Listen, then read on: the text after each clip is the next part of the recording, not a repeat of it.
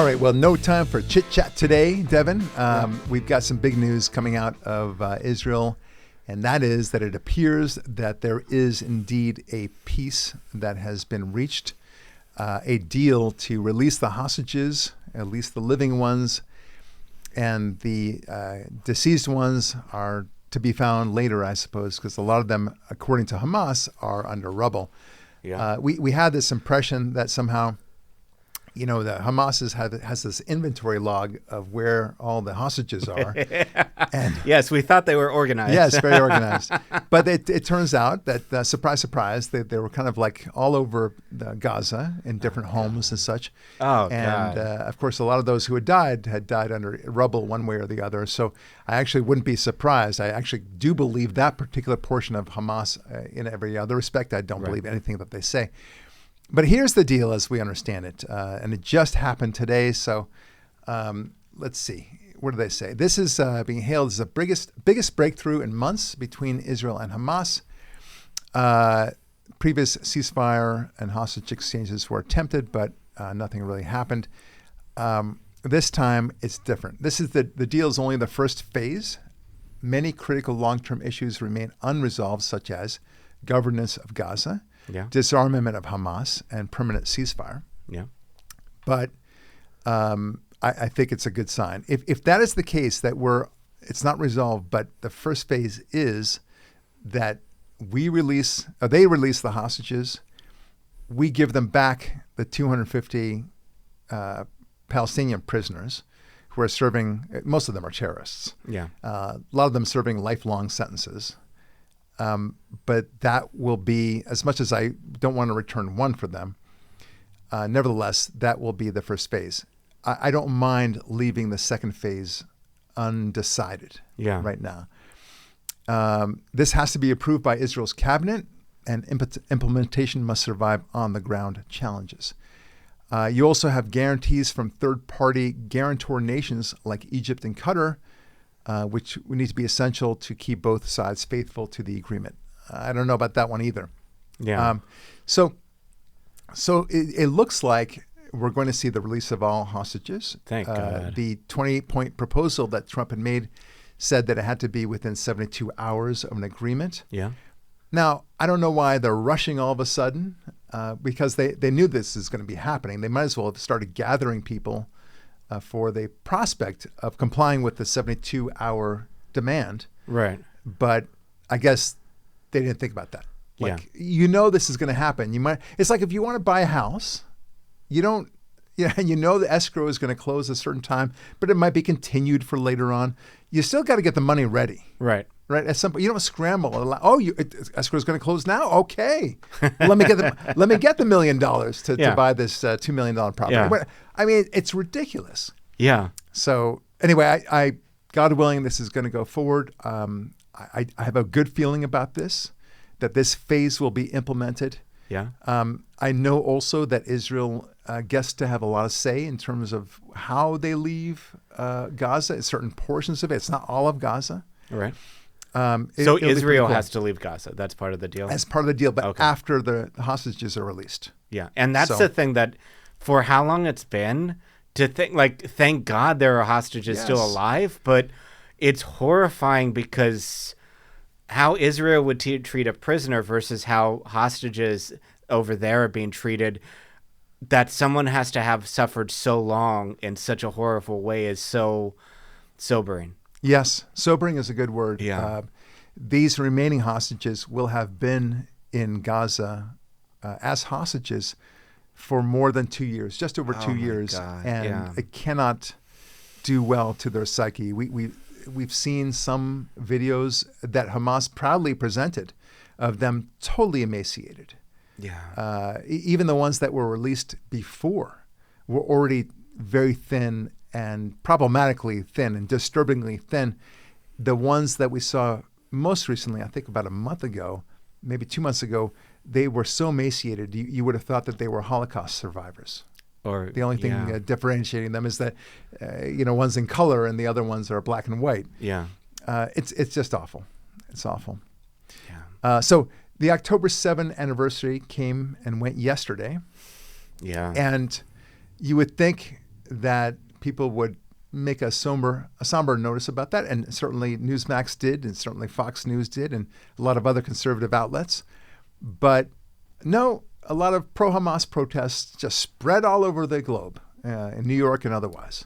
That is so disturbing. It's so disturbing. many people have no shame. Yeah. Well, they interviewed a lot of these people Yeah. that were protesting, and they asked them, "What do you not believe what happened on October 7? Yeah. No, it is all propaganda, they say. Okay, this is all invented. It's a big conspiracy by the Zionist entity. Yeah. And so we don't believe it. And it's a fascinating thing to me, not because these guys are schmucks. They are schmucks. Yeah.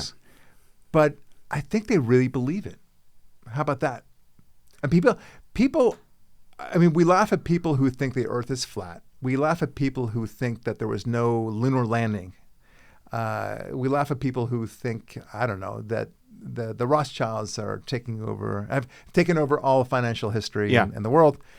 There are a lot of conspiracies out there, but Devin, by the way, believes in a couple of them. No, the lunar landing, you got me. I'm like, I definitely have some questions. 100% I have some questions. All right, here we go. You know? All right. You think you know somebody. Yeah. Anyway, but they're happy to jump on to conspiracies that are even more absurd than those. Yeah. They'll laugh at you if you don't believe the lunar landing happened. Right. Okay, great. They'll laugh at you if you think that the earth is flat. Okay, great. But they're willing to say that the Holocaust didn't happen, despite all the evidence. They're willing now, only 2 years later, to say that what happened to southern Israel didn't happen on October 7. That's all a grand conspiracy. No, Israel just went into Gaza, started butchering people, genociding, and all that good stuff. Right? That's what they want to believe. Yeah. And this is a study for me in how people can really delude themselves. Yeah. Really, really delude themselves. We talked again last week about this man who was in such a rage that he couldn't think straight. He couldn't even see that I was leading him directly to the police station where he was arrested. Yeah. And he walked right into it. Yeah. His tunnel vision to stay at with the back of my car led him to not see that he was in a police station. Right. I thought it was very funny, but this is the same thing. In fact, it's much worse. It's to a far greater degree. They can't accept that their belief system, which is that Israel's a bad guy and killing innocent Palestinians, they've made all these associations, the professors in the universities and all their friends who have their keffiyehs on and have waving their colored flags, and they believe that the Palestinians and Hamas in particular are somehow supportive of the transgender movement. It's really weird. That is the funniest thing. The queers for Palestine. Yeah. And we don't have to drill down on it. We know that's true. Yeah. I'm more interested in how people can delude themselves into this. Because, as I always say, you now have virtually all information available to you with the right keystrokes on your smartphone. But the thing you don't But isn't that amazing? Yeah. You can find out everything. Yeah. You want the history of Tutankhamun in Egypt?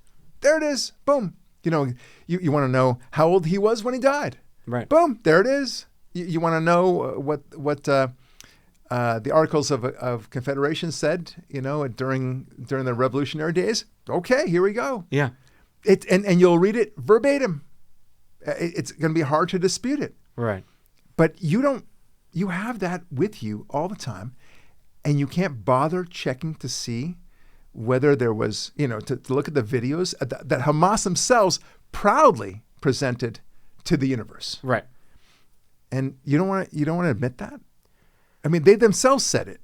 Yeah. And they were proud of it. So you must delude yourself. And then to look at how the Hamas looks at gays and transgenders, and for that matter, women. Yeah. You're okay with that. But you have to simply turn off reality, because the rage must be fed. Just like that guy behind me that we talked about last week. That's what's going on. Yeah. And people talk about the PR war, okay, like public relations. Oh, Israel's losing the PR war.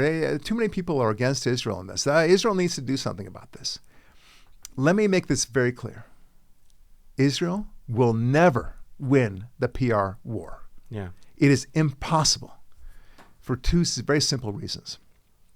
One is Israel's a democracy. Okay? Right. And democracies mean that they will have differing opinions. You'll always find somebody, some schmuck, who is Jewish even, saying, oh, I'm Jewish and I disagree with what Israel's doing. Okay, so boom, you've got a problem right there. Right. Fewer Israelis doing that, but nevertheless, we hold up the truth. And Israel acts in such a moral way, but what happens when you're fighting lies? Yeah. And they literally have people supposedly dead on stretchers, on gurneys, and then they pop off and they come back on like themselves. You see them, they're totally alive. Yeah.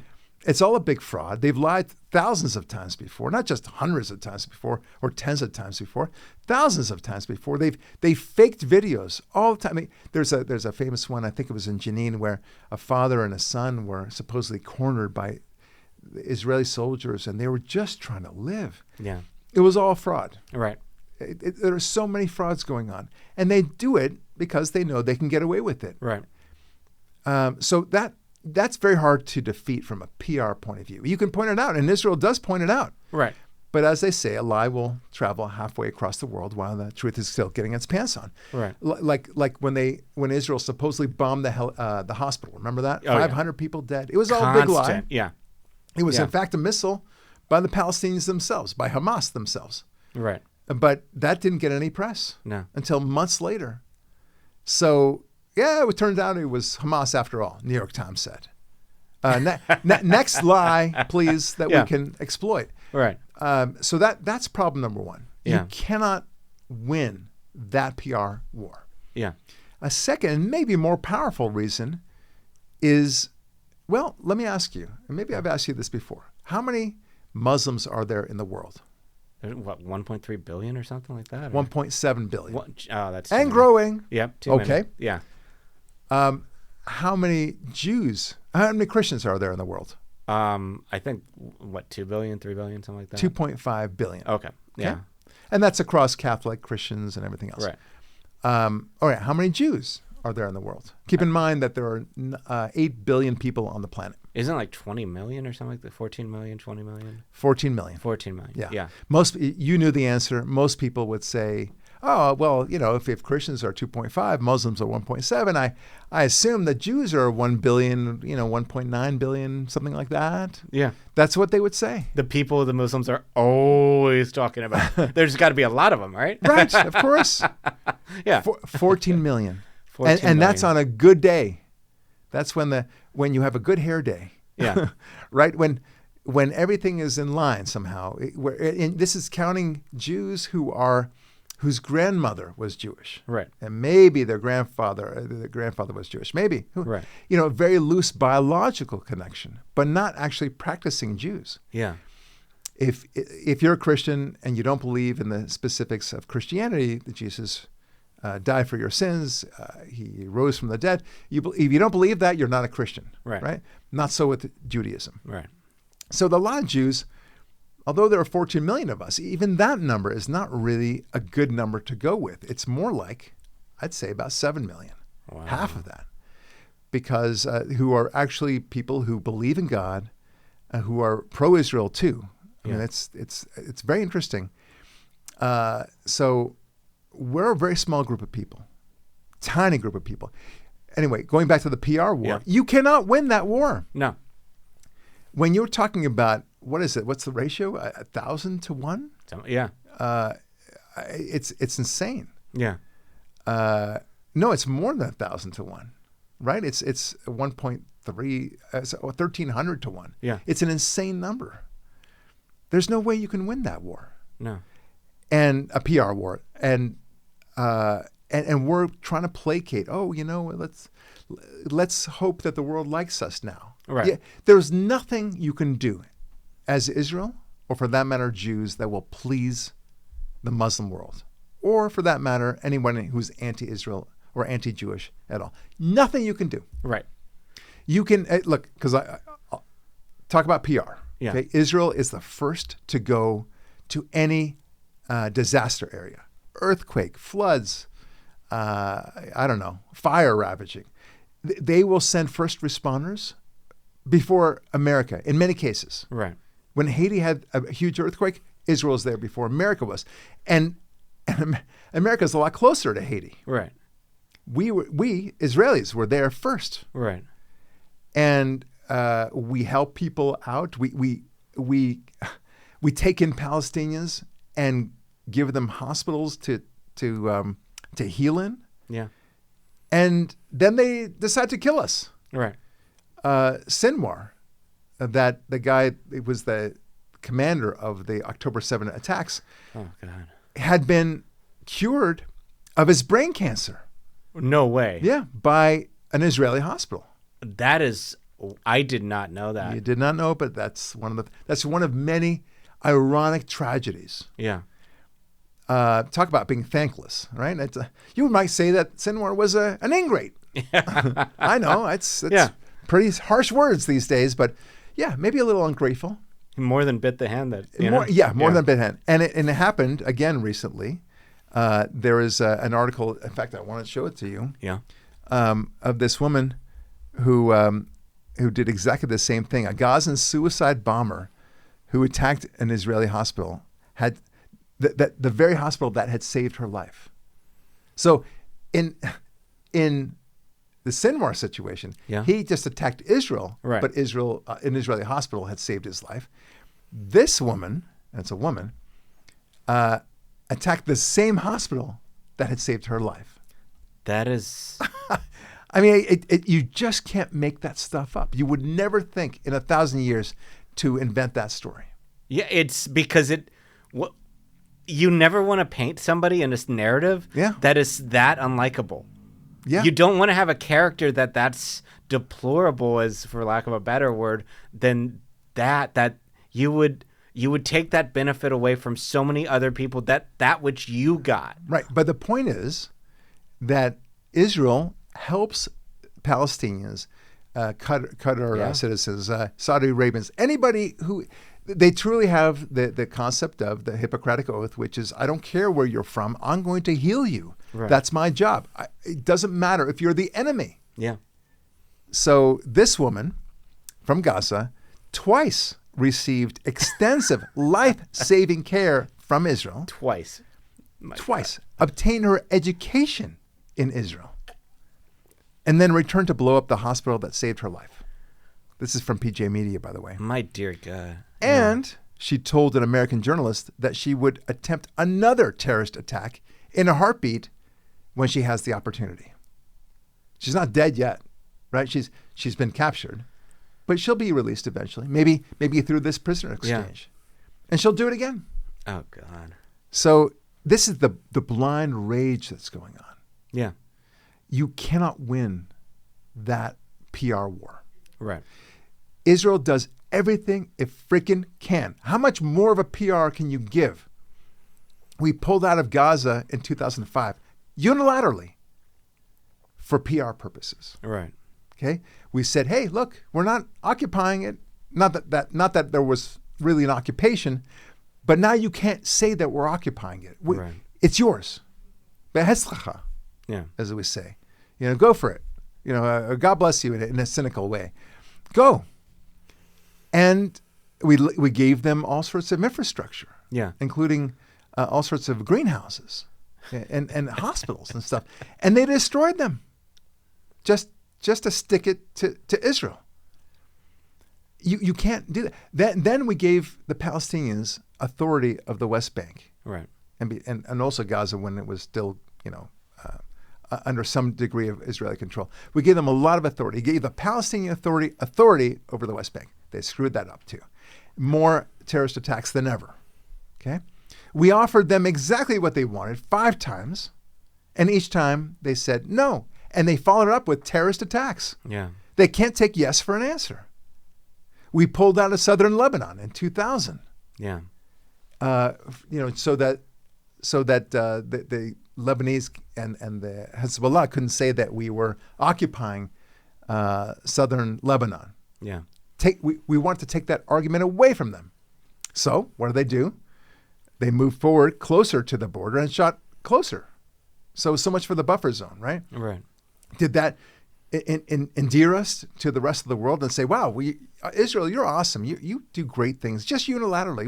We think you're wonderful. Yeah.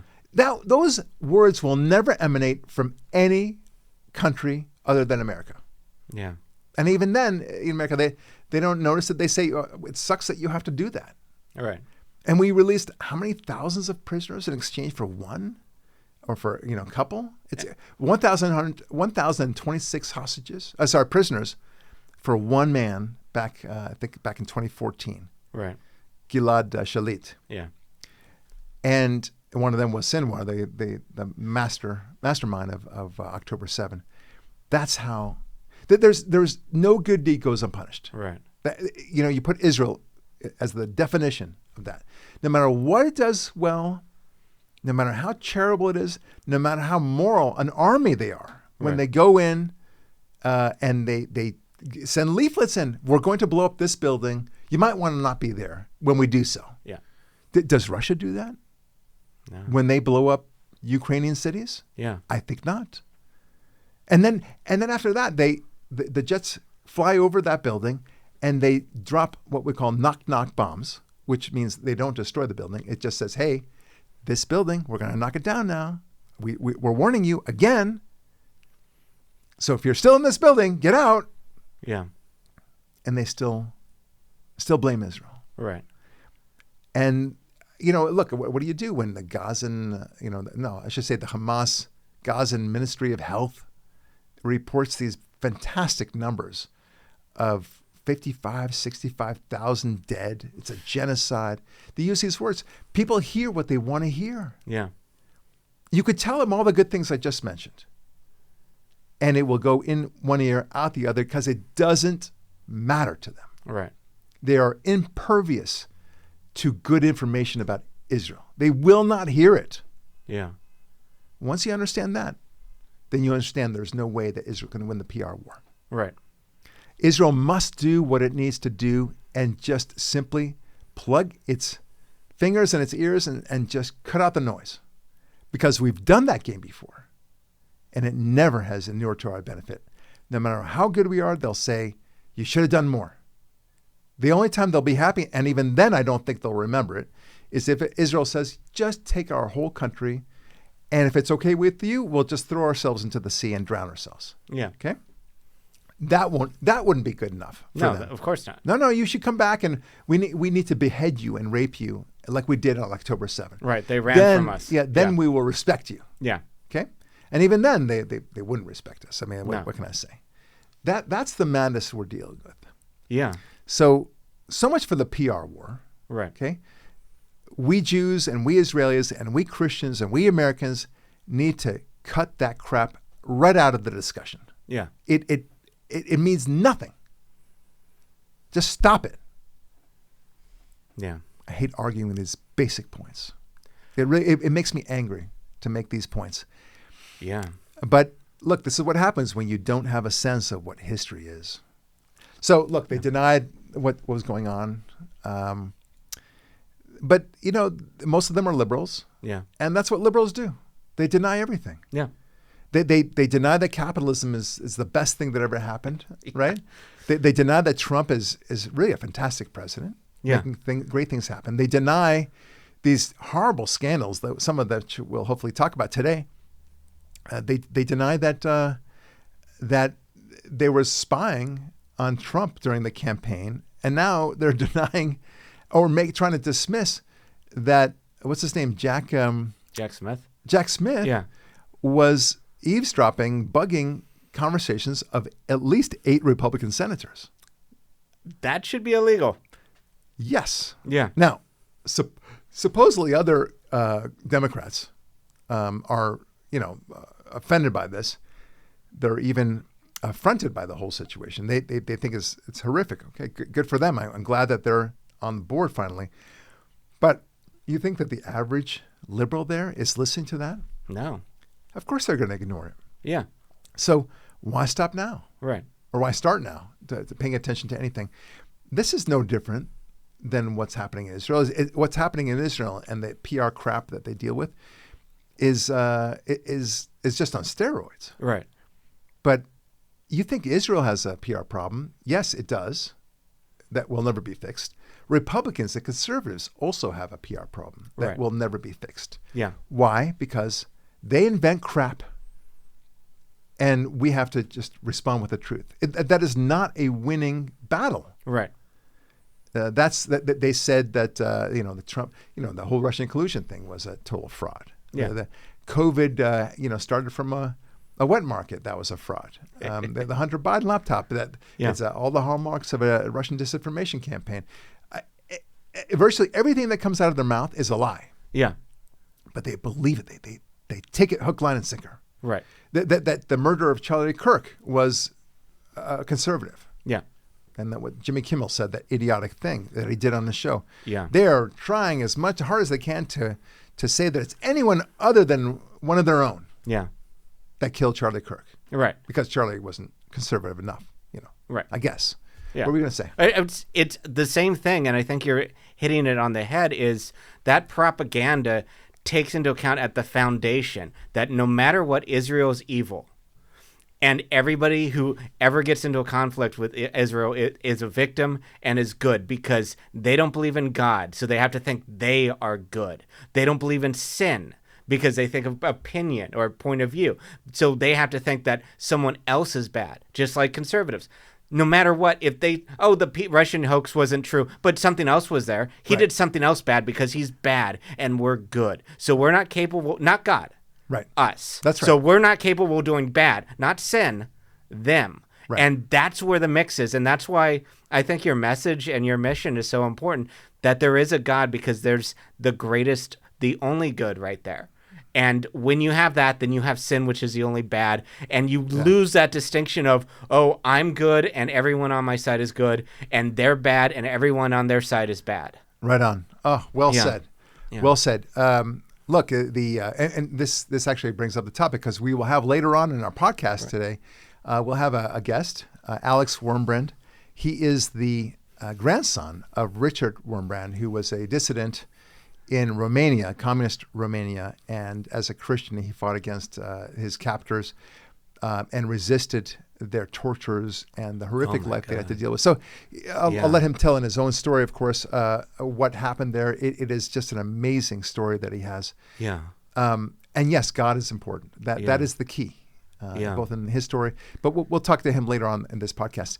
Look, the reality is that were you to simply look at which direction the missiles were always headed, then you would see that they're always coming from the Gaza or from the the south of Lebanon into northern Israel, or from the Houthis from the south of Israel, or from Iran to the east of Israel. Right. And that's the way you would notice it. But then again, you would have to actually, search into your smartphone and figure that out. Yeah. Or ask anybody who knew something like what.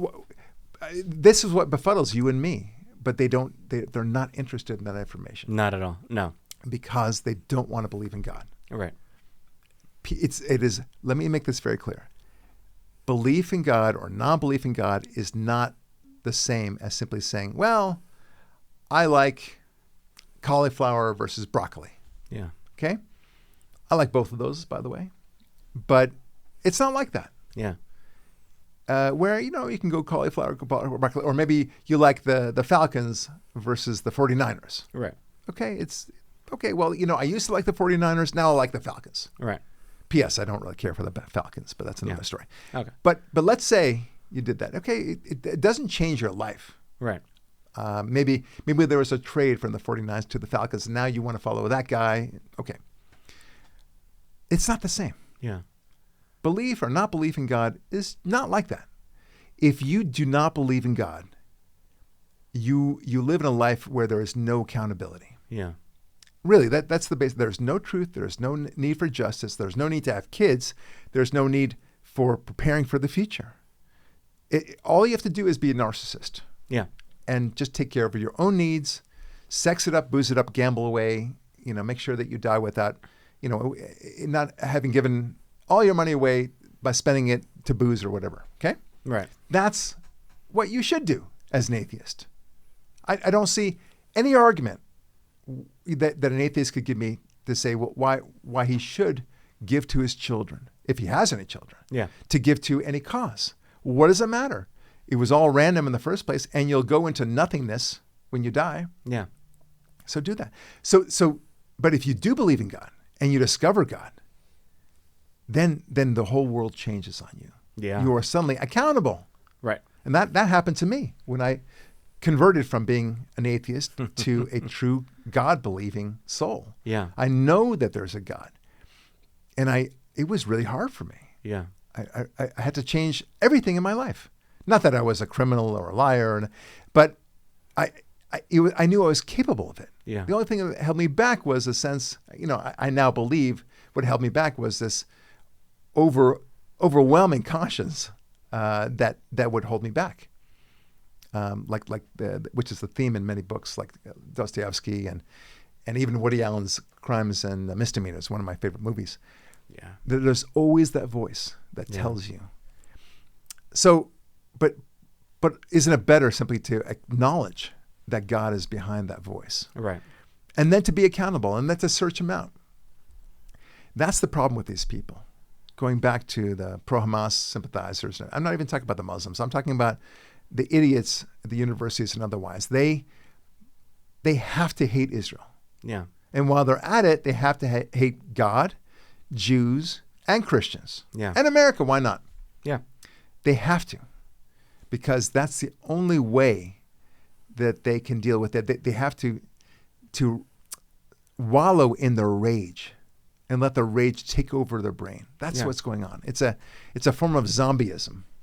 100%. Yeah, because truth is logical. Truth is thinking and thought. Yep. And if you don't believe in truth, you just let your emotions go. And then that propaganda where there's a child in pain, bleeding, of course we're all going to feel it. And then you see the same child in another picture, and another picture, and another picture. Right, yeah. You don't think you don't connect the you dots. just feel, and your feeling is always going to be true. Anyway, so many fronts Israel had to deal with during these past 2 years. Hezbollah and Syria in the north, Iran to the east, the Houthis and Hamas in the south. Yeah. And now Greta Thunberg from the west, right? Which could be the worst thing. Speaking of which, this is from Red State. IDF, the Israel Defense Forces, intercepted the 42 ships of the global Sumud flotilla. She had 42? Well, she is in one of them. The one with Greta Thunberg. After Israel searched the ships, it was discovered that the flotilla carried no aid on board any of the vessels. Furthermore, additional evidence revealed the flotilla was funded by Hamas. Okay, there you go. Oops. Yeah. The global Samud flotilla had put out a press release on August 4 of 2025, which stated, quote, the flotilla will carry not just aid, but doctors, lawyers, journalists, activists, and artists. You have to have the artists because they need to paint what they are seeing. Yeah. That's what people really are looking for in these days. All sailing to stand in solidarity with Gaza and declare, you are not alone. Doesn't that sound nice? Yeah. The flotilla's sole purpose was to deliver humanitarian assistance, food, medical supplies, diapers, and other essential relief items to the people of Palestine, as if there's such a thing. There was just one small problem. None of the ships in the flotilla had any aid on them. Israel's Ministry of Foreign Affairs posted a video on X showing Israel's police spokesperson giving a tour of one of the largest boats in the flotilla. It was, what's the word I'm looking for? Empty. Yeah. Yes, empty. In a video by a reporting news agency, quote, we and multiple other countries offered them to take this aid and bring it to the Gazans. We could facilitate its safe arrival. They flat out rejected it, meaning Hamas rejected it. And now we know why. Because it was never about bringing aids to Gazans. It was all about the headlines and the social media followings. My God. Yep. So look, this brings me to my ultimate question. Yeah. And then I want to bring in great guest, Alex Wurmbrand. Yeah. Do you think that the radical Islamists who want to destroy Israel and the Chinese are in some sort of bidding war for America? Interesting. Like, do either of them say dibs to the other regarding America? No, I'm going to take over America. No, I'm going to take over America. Right? Or maybe it's like when they connected the railroad back in the 1850s, I think, like, east and west, right? Oh, yeah. Right? With that, they're racing to meet somewhere, and then they had the golden spike, right? Maybe that's what they're doing, that the radical Islamists are the ones coming from the east, and the Chinese are, of course, coming from the west, and maybe they'll be able to split the country in half. I don't know. Yeah. Think about that. That is, All right. Two of our biggest enemies, communism and... Yes. Anyway, enough silliness for that. Yeah. I want to introduce and bring in my interview with Alex Wurmbrand. All right, folks. As I mentioned, we would have Alex Wurmbrand, who is a great friend, but also the grandson of Richard Wurmbrand. And I got to tell you a little bit of background. As I mentioned, I would have... So Richard Wurmbrand was somebody that I had read well before I met Alex Wurmbrand, his grandson. I was writing my book, Atheism Kills. And in that book, I explained how great people fought for God and how the communists couldn't really resist them. And I touted Richard Wurmbrand as an example of that. And Alex came into my life as a friend, and we were talking, and I never connected the two names. I never thought about it. It's such a common name. It's I just don't know why I didn't think about it, but it wasn't there. And it had been many years since I had written Atheism Kills. And then we're having lunch together, and Alex says to me, "Hey, I'd like you to check out a book of my grandfather. It's called Tortured for Christ." And I thought, wait, this is your grandfather, Richard Wurmbrand? And he said, "Indeed. Do you know him?" I said, "Yes, I know him. He's my hero." Okay. So all this time, I'd been, good friends with Alex, and only to find out that he was the grandson of one of my heroes. So it was pretty cool. Anyway, so we got to talking about it, and during lunch, Alex thought nothing of it really, and but in my mind, it's like, oh my gosh, this is the grandson. I thought it was very funny. Yeah. So let's get into a little bit about your grandfather and what he sort of conveyed to you. First of all, I understand. I read the book. Finally, I got to. I quoted a lot of the book from when I was writing Atheism Kills, a lot of it, and he was featured very prominently, as you know. But again, well before you and I met. Right. So here, I read the book, and sure enough, it was just as enlightening and just as powerful as I imagined. Look, for background, you can fill in the gaps a little bit more for me. But Richard Wurmbrand was a Christian that devoted his life for Jesus and for God, and the Romanians, well, they didn't like that. The communists of old. This is back in the 40s, 50s, and 60s. Yeah.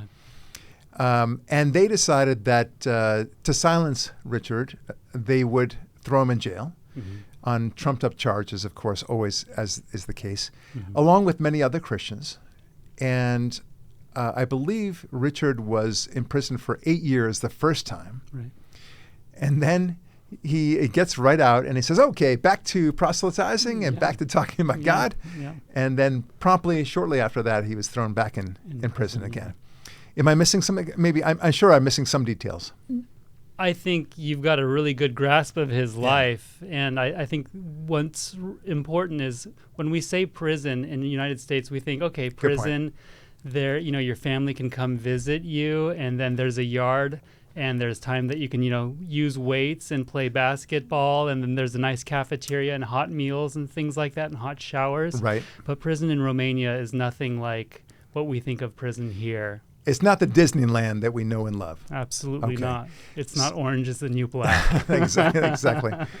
Yeah, they have no rights, of course. But it's really, the descriptions that he gave in the book and otherwise were really powerful.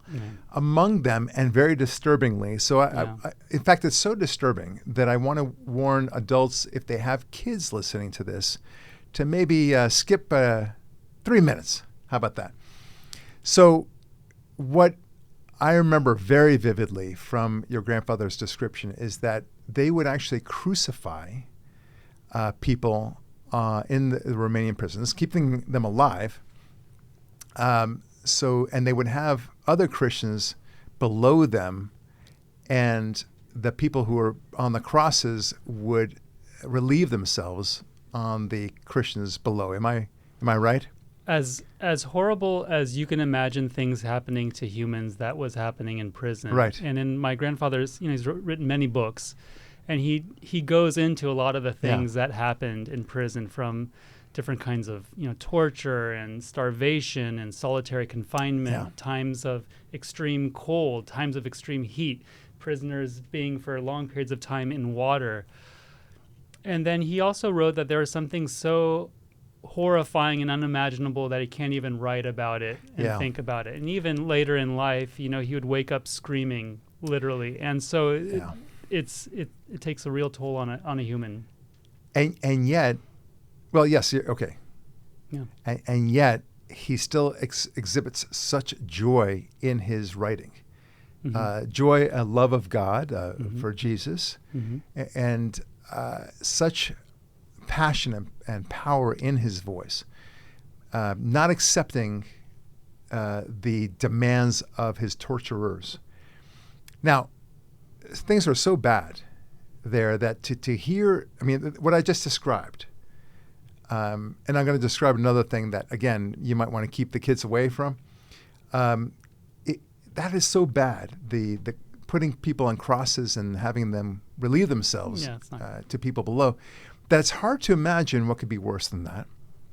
But then there's another one, which I remember very vividly, where they would throw the Christian prisoners, including your grandfather, into a refrigerator or freezer, actually, and they would wait until they were almost frozen, and the guards would peek through, or actually doctors would peek through the little window pane to say, okay, now bring him out and de-thaw him.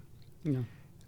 And then they would de-thaw, only to be thrown back in the freezer right after that. That is such a horrific way of handling any human being. These are things that you just can't imagine. Now, this is an important part. And now we're back. We can talk to, bring back the kids, as it were. The thing that I noticed most, well, I guess two things. One is, your grandfather said very often how the torturers, the guards, would mock him for his belief in God. Yeah. And they would often say, this is what your God is. It's all excrement. Is this what, this is what your God is doing for you? Basically saying, where is your God? Where is your God, essentially. Yeah. Where's your God now? I am your God. That's right. Oh, yes. Would say, I remember. I am God. It's so despicable. Well, tell me a little bit more about that. Well, I don't know that I can tell you any more than what's in the books, but you talked about his joy in his writing, and I think something that people ask me, okay, well, what was your grandfather like? Yeah. And while I had a special relationship with him, he's my grandfather, I grew up around him, I think all of humanity is very blessed in that he wrote so much, and now on YouTube, anyone, anywhere in the world at any time can go and see him speak live, from his sermons and get a sense of him. And as a young man, as I started to read all of his books, I realized, I heard that story so many times. I heard that story so many times. and it made me realize, yes, I had a special relationship with him because he was my grandfather and I spent time with him one-on-one. But what's really valuable to humanity is that I feel like anyone can really get a sense of who he was through his writing. Yes. And now through media as well. So it's really a wonderful thing that can be shared with everyone. It is funny you say that. I feel like he's a friend of mine. I've never met him. Mm-hmm. I feel like I know him deeply. Mm-hmm. There's only one other person I feel the same way about, and you'll smile when I say it, Dostoevsky. Okay. I feel like I know Dostoevsky. I mean, I did my thesis on him, so I know him You're a really fan. well. I read everything that he wrote, but at the same time, I love that man. Okay. I think about him as if he's in the present, and to some extent, your grandfather as well. Mm-hmm. Let me go back a little bit Yeah. to the point that you made about how he said, "Where's your God now?" Yeah. Right? It's very interesting. One of the things that you'll hear all the time is that atheism was not a big part of communism. It just was, well, a lot of communists were atheists, but that was not the big deal. We know differently, you and I. Atheism was, as Alexander Solzhenitsyn said, the central pivot of communism. And I'm quoting him. That's I'm not paraphrasing. It was the central pivot, P-I-V-O-T. Without atheism, communism wouldn't make any sense. And the reasoning is obvious. You cannot have communism unless everyone is focused on the state and doing everything around the state. The state is the sun of this particular solar system. Is that fair? Sounds Yeah. right to me. Yeah. So if you believed in God or let people pray to God the way that they wanted to pray to God, well, then you're drawing away attention from the state. There's another higher power. There's another, well said, another higher power. And that's the thing that really resonated from your grandfather's book. I really, really deeply appreciated what I read about that in particular. But they were the guards were so hell-bent on making sure to rub atheism into his face by way of manure and feces and everything else, the many horrific ways that they could do so. Yeah. So without getting to further description, we already described two absolutely horrendous things that happened to your grandfather. So they were really excited to mock Christianity instead of just dealing with him as a prisoner. It's okay, he's my prisoner, that's that. But they were having fun at his expense, using him as a vehicle by which to express their own contempt of Christianity. Which, as a Christian, we would say, or we would basically say that it was demonic. That in their minds, they might say, "Oh, we're atheists. We don't believe in the spiritual world." Yeah, we just don't believe in anything. No big deal. The Christians would say that their actions, their words, their beliefs, what they're doing with their lives is they're carrying out the work of Satan. And my grandfather wrote a book called Marx and Satan, where he talks about, I know about it, the extensive relationship that Karl Marx had with Satanism and all things interested in Satan and in his own writings, personal writings and study, and it's very strange. Were it only that atheists just didn't believe in God, would it be just that?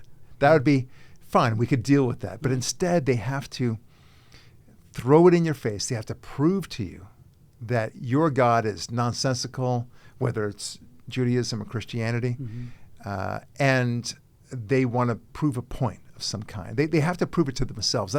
I think that's part of the problem, is that by showing such contempt and smearing people, their faces literally in excrement, they are in a sense proving to themselves. I'm talking about the guards and the agent provocateurs of the atheist doctrine of communism.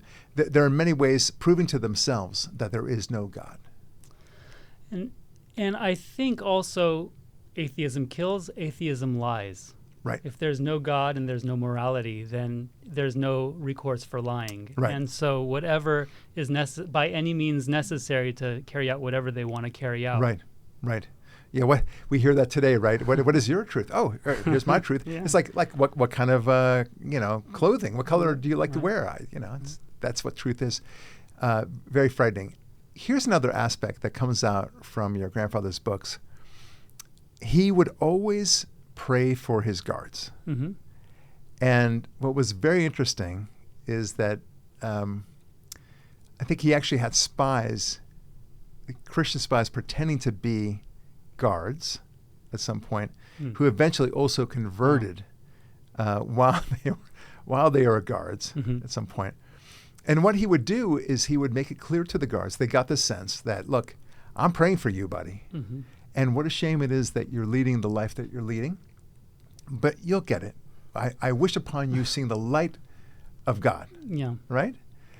And some of them actually saw the light. Yeah.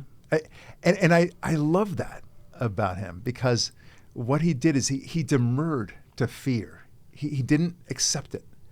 He said, look, this is your problem, not mine. It's an amazing thing when you think about it, right? So he turns the tables on them and makes them think like, wait, maybe I'm the wrong side of this equation. I mean, he's telling me and he's worried for me. That could only kind of eat at your soul, so to speak, your atheist soul, to the extent there is one, and say, maybe I ought to learn more about this.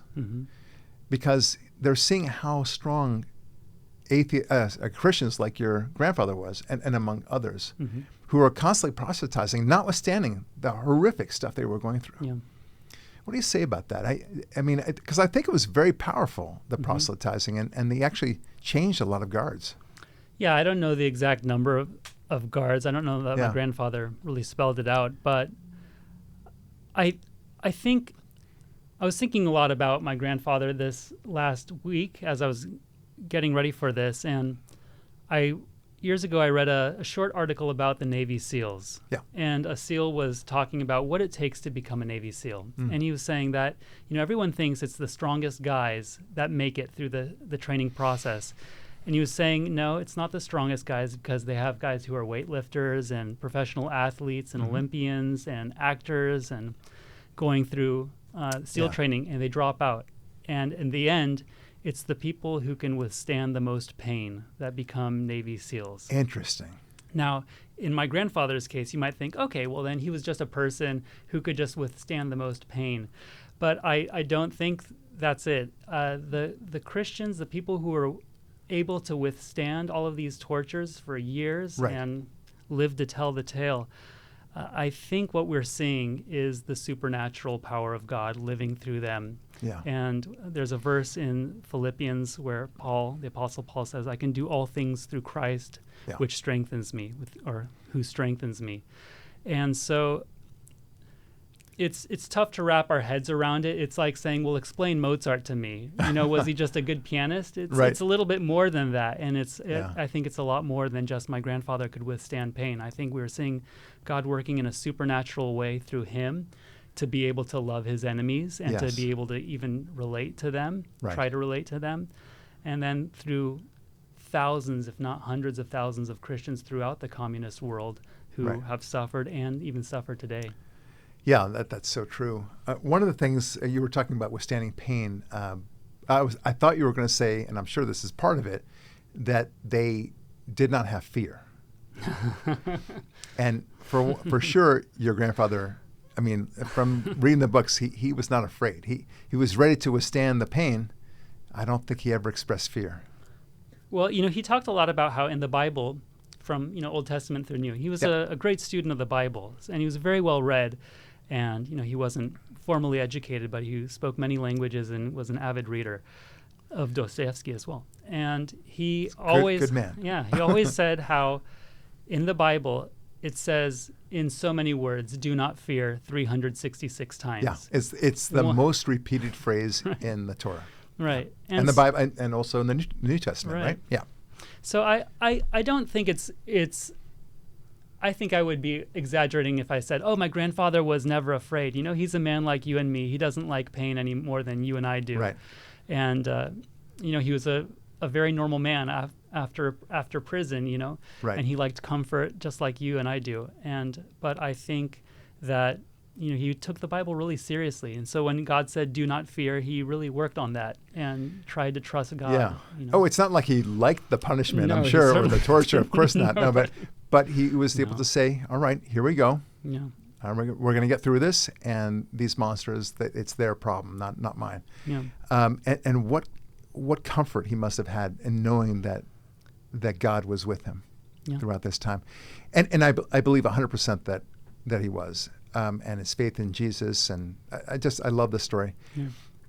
Look, one of the things that that was very what's the word, empowering, that I use now as a model for my own life is when you sense yourself being fearful of something. Yeah.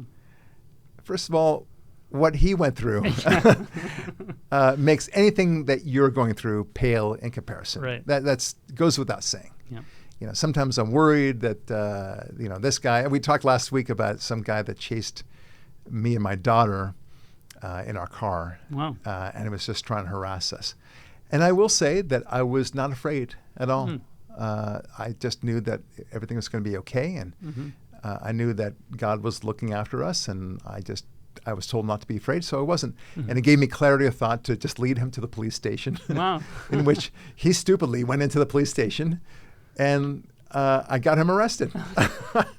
You would think that he would look at the big Another sign. win for Barak Lurie. That's so funny. It's like, if you want to, I guess somehow I'll make a commercial out of that one. Anyway, but he was not being afraid, and a lot of my to be able to act in spite of fear. To act in spite. I think that's more yeah. accurate. I encourage all my Christian friends, all my Jewish friends, wear your cross necklaces, wear your T-shirts that say "Jesus will save you" or whatever pro-Jesus phrase you want, and likewise for Jews to say pro-Israel, God is with you, whatever it might be. I have a T-shirt with long sleeve T-shirt. It's actually pretty nice, and it's a big honking Israeli flag. Okay. And I wear proudly, not everywhere, every city I go to. Okay. I probably won't wear it in Gaza if I were to ever walk into Gaza or to a place like that. But even in Los Angeles, which is not necessarily the most friendly place to pro-Israel supporters, I don't care. I'm going to do it. And I do it for a couple of reasons. One is to show that I'm not afraid to myself, but more importantly, to show to other like-minded people that I am pro-Israel, I am pro-Jew, I am pro-God, I am pro-America for that matter, and I want you to be proud too. Because right now, I think a lot of people feel like those who are pro-Israel, pro-America, pro-God, pro-Christian, that somehow they're a lot smaller of a community than they really are. I think they use the phrase silent majority. Yeah, maybe there's an emphasis on silent, but we are a majority. And it's good to give comfort, to give permission to people to show that you too love God. We talked before about how your grandfather reminds me of Charlie Kirk, right? Whom we lost, about a month ago now. And it's so tragic what happened to him. But one thing that he shared with your grandfather is he had no fear. Yeah, amazing. He He was devout in his Christianity. He said, look, I'm a one-trick pony. I love Jesus and I love Christ, and I want to bring people closer to Christ. And I loved that about him. Charlie and I were friends. I was on his podcast. We talked a lot about God. And there was so much we had in common. It was really a sweet, sweet thing. And we texted quite often. And at the end of the day, I think people really resonated to his words. And there are so many TikToks and Facebook postings and X's posts of young people saying, I didn't go to church before. In some cases, they were atheist. I listened to Charlie. I loved what he had to say. He gave me such courage. I'm going to church because I want to be there for Charlie. And I'm finding God. Yeah, that's wonderful. How many tens of thousands of people, maybe hundreds of thousands of people did he convert just by that alone? To say nothing of people converting to being conservative too. Right. Because they found what happened so despicable. Right. But that is a great mission. Your grandfather was a great role model that way. And it can be done. That's the point, I guess. And I encourage people listening, wear your necklaces, wear your jewelry, be proud of your faith in Jesus. Be proud of your faith in God. Jewish, Christian, whatever that your particular brand of Christianity or Judaism is, please be proud. Do not hide behind, don't not wear your kippah if you're Jewish. Don't not wear the tzitzis, if you know what the tzitzis are. It's the little threads that you see on Orthodox Jewish men. Don't hide them. Be proud. And you see the Orthodox Jews walking around in Los Angeles, and they walk proudly. They don't walk sheepishly. Yeah. And they are really obviously Jewish, right? If they can do it, you can do it. The least you can do is wear a friggin' Star of David necklace or a cross. Okay. Do it. Show the world. Any more thoughts about this? I really want to hear from you about this.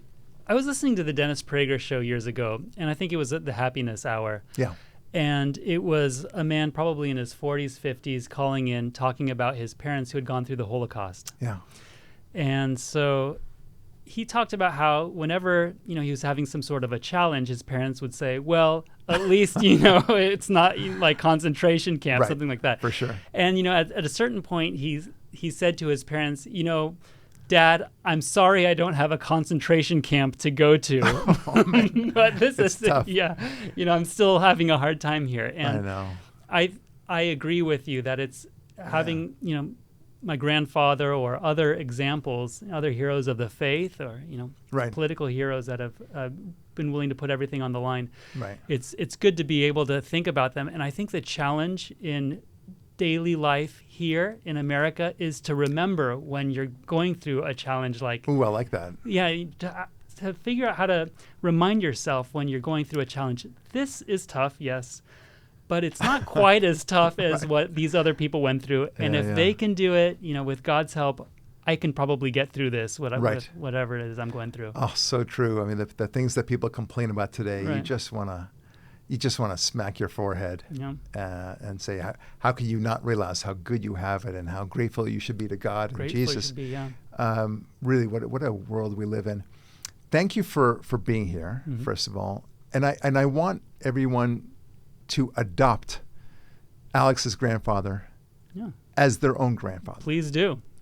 Yeah. Please read his book, Tortured for Christ. Right. That's my favorite of his books. But what would you say that if you were to say, hey, you got to read this one, what would you recommend of his books? Yeah, he's written about 15 books, give or take. Yeah. And then there are a number of other books that are collections of his writings. And I really enjoy his book, Reaching Toward the Heights. Yes, that's a devotional where you can read it every day of the week. And I also really like his book, 100 Sermons from Solitary Confinement, or 100 Prison Meditations. Wow. And that's a similar book. It's just kind of short ideas about, based on different Bible verses and stuff like that.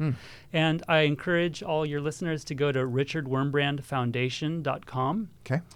And on that website, on the right-hand column, you can download practically all of his books for free in PDF, as well as my grandmother, Sabina. She wrote a wonderful book called The Pastor's Wife. That's a very powerful book, especially for women. She went to prison as well, and she was in prison for about 2.5 years. Yeah. And prison for women in Romania was not like prison here for women. No, it's just, it's so horrific.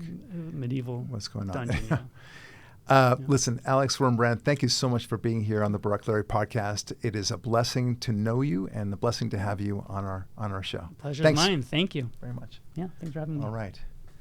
We'll be back in the Barak Lurie podcast. All right. Wasn't that a fantastic interview? That was fascinating. He's great. I mean, there's a calmness in Alex. There's something that I feel like he must have inherited from his grandfather and his father, kind of understanding the evil in this world and yet having to resist it and to turn it for good. Yeah. That's what he represents to me. Yeah. Anyway, back to the news. So you may have heard this story. We briefly alluded to before. Jack Smith, the former investigator, apparently was monitoring GOP senators during Biden's administration. It was called the Arctic Frost Operation. I will say, as evil as it was, that's a pretty cool name. Oh, it's a good for name. An operation. I mean, an evil operation. I like it. Yeah. Like it's, what is it? Crossfire Hurricane. That was also good. Yeah. Right. Fast and Furious was good. It's awesome. Yeah. Anyway, Senator Schmidt said about the Operation Arctic Frost that Watergate is 1/1000th of this scandal. Yeah. I think that's right. Yeah. I think that's very right. There's no way you can say that this is legitimate. But again, will the Democrats pick up on it? Will they say, gosh, I can't believe I'm part of this party. I'm out. Right. I mean, there will be some people like that. People who are intellectually curious and they want to say that doesn't sound right. I don't want to be associated with that. No.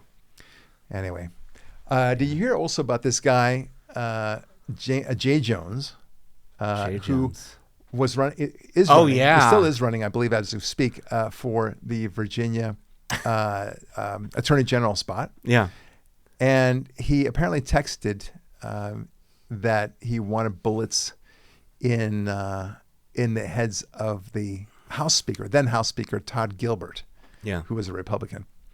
And this is what he wrote: 3 people, 2 bullets.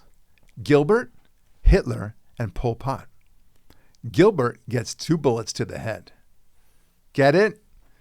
In other words, Gilbert must be worse than Hitler and Pol Pot. I get it. Jay, you are so clever. Yeah, that's never been said before. No, ever. not at all. That wasn't an Office episode or anything. No. He also reportedly said that he hoped Gilbert's children would die. You see, it's getting better. Yeah. That they would die in order to change his political views. Okay? Classy. Yeah. In the same thread, he disparaged Gilbert and his wife, calling them evil, quote unquote, and even used the phrase breeding little fascists. Okay? So I would say that's not nice. Yeah. So what does it take? And now that it's come out, now all of a sudden he's apologetic. Now he can't believe he's said these things. This is just horrific. No, he's upset that he got caught. Yeah. He's not denying it. I mean, that's one route he could have taken, I suppose, but he's definitely not denying it. But he's saying, I'm a different person now. Yeah. Vote for me. No, I think he's toast. What do you think?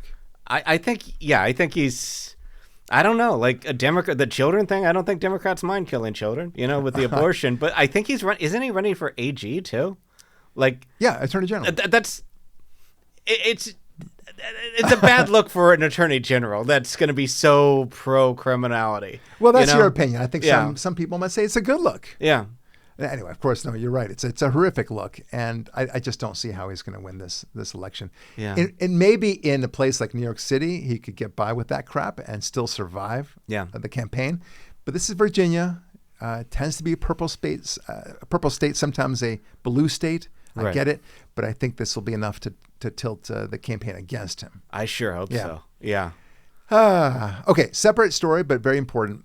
So many people I've been noticing on TikTok and otherwise are coming to God and to Christianity after Charlie Kirk's death. And you'll see so many posts, as we talked about with our interview with Alex, of people saying, thank you, Charlie, for bringing me to Jesus, to God in particular. I never went to church, and now I'm going to go to church just to be there, just to be there for Charlie. Right. And now they're finding God. A lot of people are actually converting to Christianity, converting to Judaism. Fantastic. That is a wonderful thing. Yeah. Now, here's a bold question to ask you. Yeah. Was that the same when Martin Luther King Jr. died?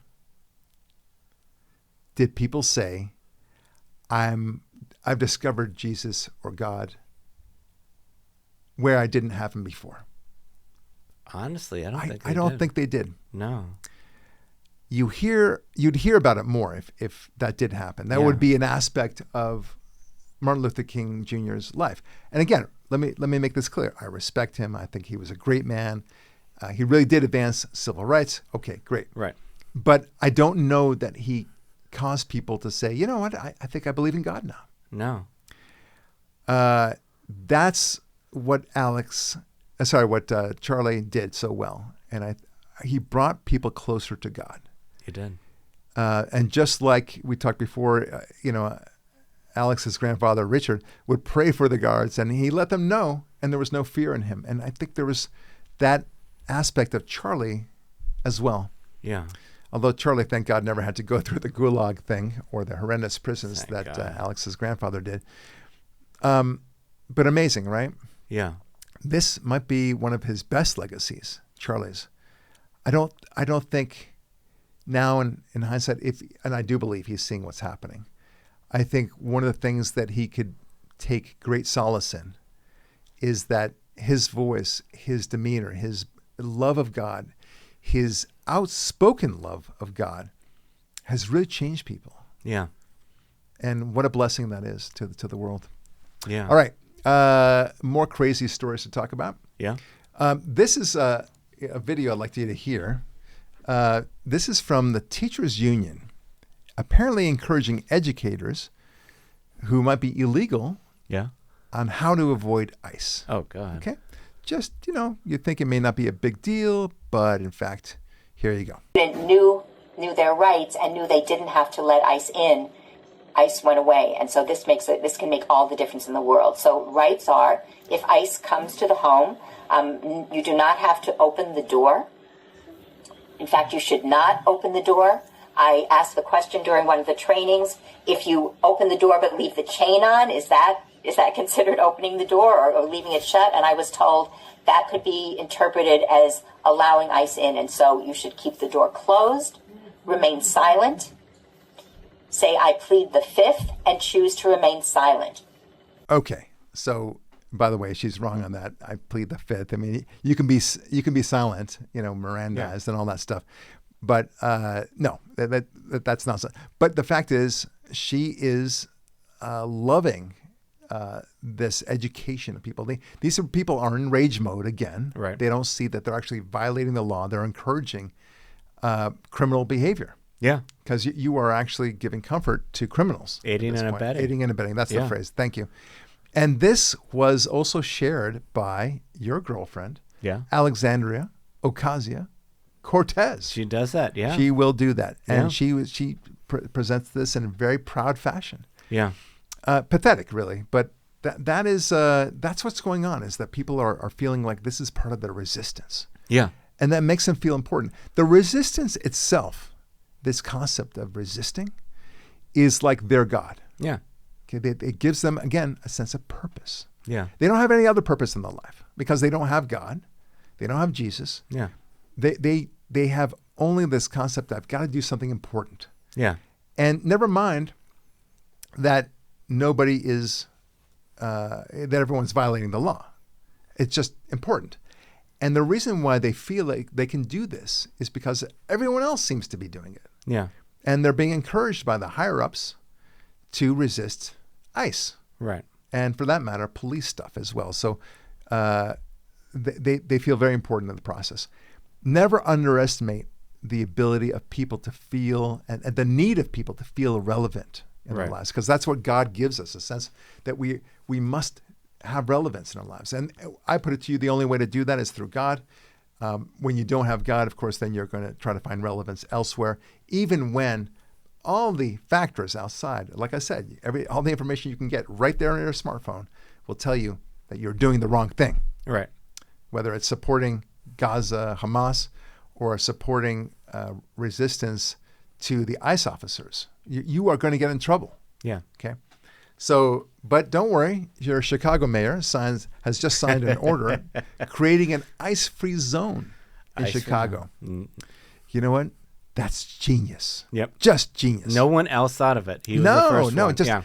Just create an ICE-free zone and you're good to go. Yeah, because city trumps country, federal. Oh, yeah. That's the way our city, our government works. Yeah. I can only imagine the mayor and his staff brainstorming this one.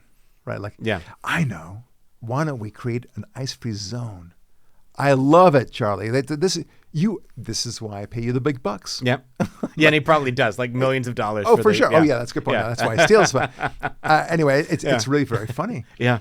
Of course, you can't create the ICE-free zone. What do you think? The ICE is not going to be there?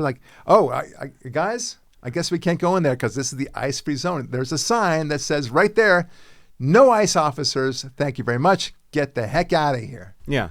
And then harumph, and you can see the Chicago police kind of folding their arms, dealing with the ICE officers. Yeah, that's not going to work. Yeah. Okay. Anyway, people are also ramming federal officials near Chicago, according to the Assistant Secretary Department of Homeland Security, Tricia McLaughlin. They're being rammed and boxed in by 10 cars, protest cars, I suppose, in Broadview, about 13 miles from Chicago. So this is what McLaughlin posted on X. This morning during routine patrolling in Broadview, in the same area of Chicago that law enforcement were assaulted yesterday, our brave law enforcement officers were rammed by vehicles and boxed in by 10 cars. Wow. Okay. Agents were unable to move their vehicles. One of the drivers who rammed the law enforcement vehicle was armed with a semi-automatic weapon. Law enforcement was forced to deploy their weapons and fire defensive shots at an armed U.S. citizen who drove herself to the hospital to get care for her wounds. The armed woman was named in a CBP intelligence bulletin last week for doxing agents and posting online, "Hey, quote, hey to all my gang, let's F those mother effers up. Don't let them take anyone," unquote. I wonder if she's a true believer. Oh, she's definitely a true believer in something. All right. Yeah. All right. I Yeah. got it. In herself and the devil. Yeah. It's, yeah. That's Yeah. very funny. Seattle, it's resistance is not for Chicago, not just for Chicago anymore, people. This is one of my favorites. Seattle Mayor Bruce Harrell, during a mayor debate, this is not a hot mic, said we need to understand the bad guys, when he's talking about criminal behavior. So check this out, okay? The criminal system has had a disparate impact on black and brown communities. Let me lead with that. So when this person is committing 6 or 7 crimes, I don't know his or her story. Maybe they were abused as a child. Maybe they're hungry. So my remedy is to find their life story to see how we could help first. I have no desire to put them in jail, but I need to protect you, and that's the calibration. Okay, so let me get this straight. So this is very similar to what we heard before from, what's her name? The Portland mayor, isn't it? No, the black woman. Jasmine Crockett. Jasmine Crockett, yes. Yeah, doing a crime doesn't make you a criminal. That's right. It's what you feel inside. It's what you feel inside. Just like if a man feels like a woman, that's good enough for me. Exactly. So why are they so surprised that this is now morphed into criminal behavior, right? That somebody is not a criminal unless he or feels like a criminal. Yeah. So what do they do now when you arrest somebody committing, I don't know, stealing from a 7-Eleven, for example? Before I arrest you, sir, do you feel like a criminal? No, I really don't. I don't know. All right, well, off you go, sir. Yeah, you got to tell me how you feel. Right. Yeah. It's like the scene of Life of Brian where there's a lineup of people going up for crucifixion. Yeah. And the guard is saying, crucifixion? And then they're all saying yes. And then one guy's, and then he says crucifixion to the third guy. And he says, no, actually freedom. Yeah. Oh, well, okay, off you go then. Right? That's what it feels like, this thing. It's just beyond. Yeah. And this guy is kind of similar to Jasmine Crockett in that he wants to get to the root of it. Okay, I'm sorry. There is, if you want to get to the root of it, look at the Bible. How about that? Yeah. That might be the first start. Okay, because there are a lot of people who had really crappy childhoods, okay, who are also abused. Okay, your job is not to fix that and to get him the help. Okay. By the way, you don't seem to care about giving them help because there's plenty of homeless in Seattle. Yeah. And those guys, I guarantee you, had a pretty crappy childhood. Yeah. Okay. Many of them fatherless and so on. So if you really put your money where your mouth is, you'd be helping those people. But you obviously are not. Yeah. This is all lip service. I want to get to the root of it. How are you going to do that? Yeah. All these social workers that are going to fix this problem, and you're going to say, "Wow, Seattle really changed things." See, they're a model city. Yeah. Schmuck. Yeah, and they don't care about the victims of these same people, how they're feeling. No, of course not. It's ridiculous. Yeah.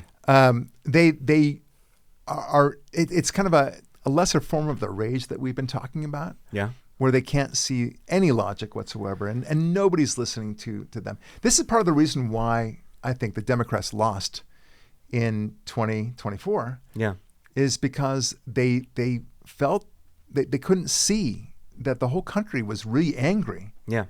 And did not jibe with what the Democrat vision was. Right. Not that the Republicans had a rage. On the contrary. Yeah. The Democrats had a rage and couldn't see that they're just on the wrong side of this. Oh, yeah. Just like the guy chased me in the car, couldn't see that he was on the wrong side of this. Yeah. Literally. It's very interesting. Yeah. So we have another rage machine going on here. You remember Brett Kavanaugh, the attempted assassin? Oh, God. Yeah. He only got 8 years. Okay? Yeah. Now, in fairness, he got credit for time already served and for being transgender. So, you got to give. Being transgender, knocks down at least 10 years from your prison sentence you would otherwise get. The prosecution was looking for 30 years at least. Yeah. And he got 8 years instead. And that means with good behavior, he'll get out probably in 4 years. This is a man that wanted to kill Brett Kavanaugh. Yeah. And had he succeeded in doing so, his goal was to change the makeup of the Supreme Court and alter history itself. Yeah. Okay. So, but no, 8 years, no big deal. No big whoop. Yeah. He didn't kill him, so why? Yeah. Is that really a crime at all? Nothing happened. Yeah. Come on, no harm, no foul. Yeah. Get out of here.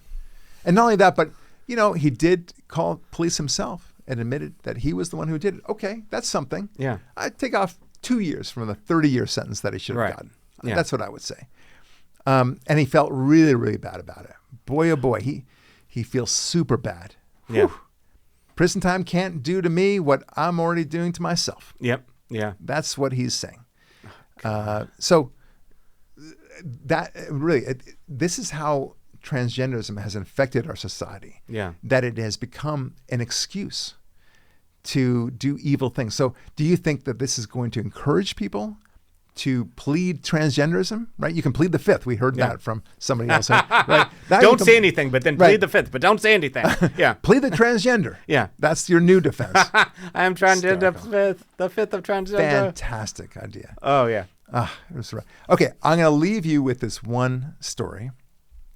And this is a woman, a dance teacher, who, this is from a couple of weeks ago already, now encouraging someone to kill Trump. Oh, okay? God. Oh, man. And she has no problem, no compunction saying this.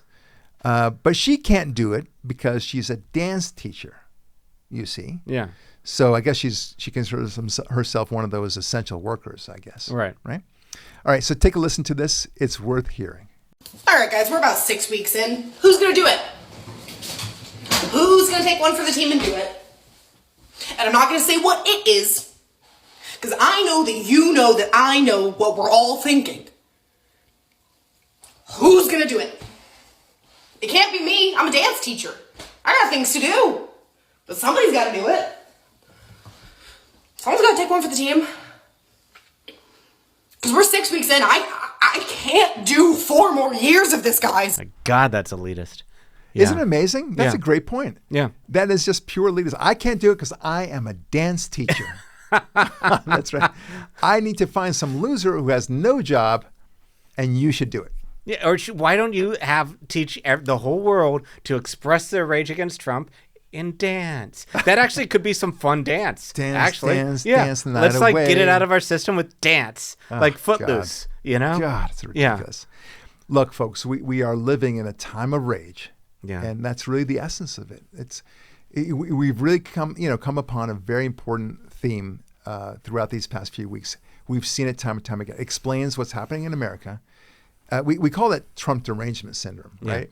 Yeah. But I just call it rageism. Yeah. Because it's not just Trump. No. It's attacks upon Israel, attacks upon America, attacks upon capitalism. This is what's going on. And we're dealing with a rage that cannot be fixed. Yeah. This is not Trump's fault. No. Okay. This is their fault. They can't contain themselves. When they don't get their way, they go nuts. Yeah. Okay.